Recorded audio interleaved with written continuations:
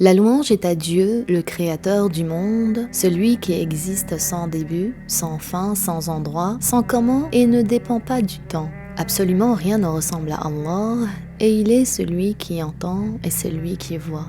Quoi que tu puisses imaginer en ton esprit, Allah en est différent. Que l'élévation en degré et la préservation de sa communauté, de ce qu'il craint pour elle, soit accordée à notre maître Muhammad, Al-Amin, l'honnête, celui qui a appelé à la religion de vérité, la religion de l'islam, la religion de tous les prophètes, du premier être humain sur terre, notre maître Adam alayhi salam, jusqu'au dernier prophète Muhammad sallallahu alayhi wa sallam. Allah Ta'ala dit dans le Coran, dans Surat An-Nazi'at, versets 42-43, ce qui a pour sens, il t'interroge au sujet du jour du jugement, quand aura-t-il lieu, mais tu ne le sais pas. Seul Allah sait cela. Tu es certes un avertisseur pour celui qui le craint. Sachez mes frères et sœurs que seul Dieu sait la date exacte du jour du jugement. Il n'est pas permis de prétendre que la fin du monde serait telle ou telle date. Ceci comporte un démenti de la religion.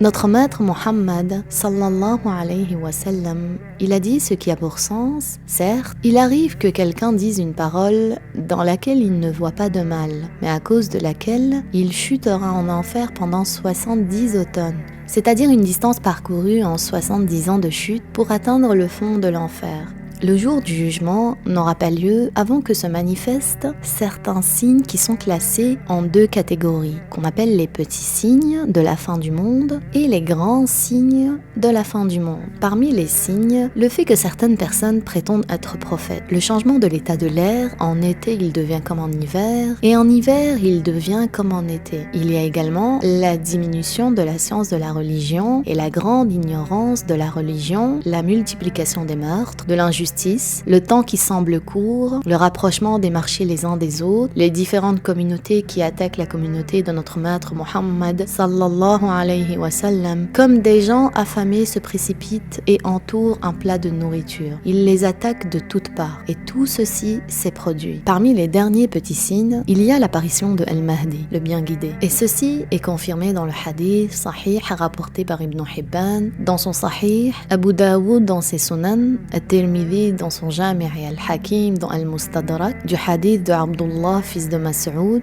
que Dieu l'agrée, d'après le messager sallallahu alayhi wa sallam, qu'il a dit ce qui a pour sens: le jour du jugement n'arrivera pas avant que les gens ne soient gouvernés par un homme qui fait partie de ma famille, dont le nom est semblable au mien et le nom de son père est semblable au nom de mon père. Il remplira la terre d'équité et de justice. Il s'appelle Muhammad, fils de Abdullah, et il est soit un Husayni, soit un Hassani, c'est-à-dire un descendant de Al-Hassan ou de Al-Hussein, les deux fils de Fatima étant la fille de notre maître Muhammad sallallahu alayhi wa sallam, que Dieu l'agrée.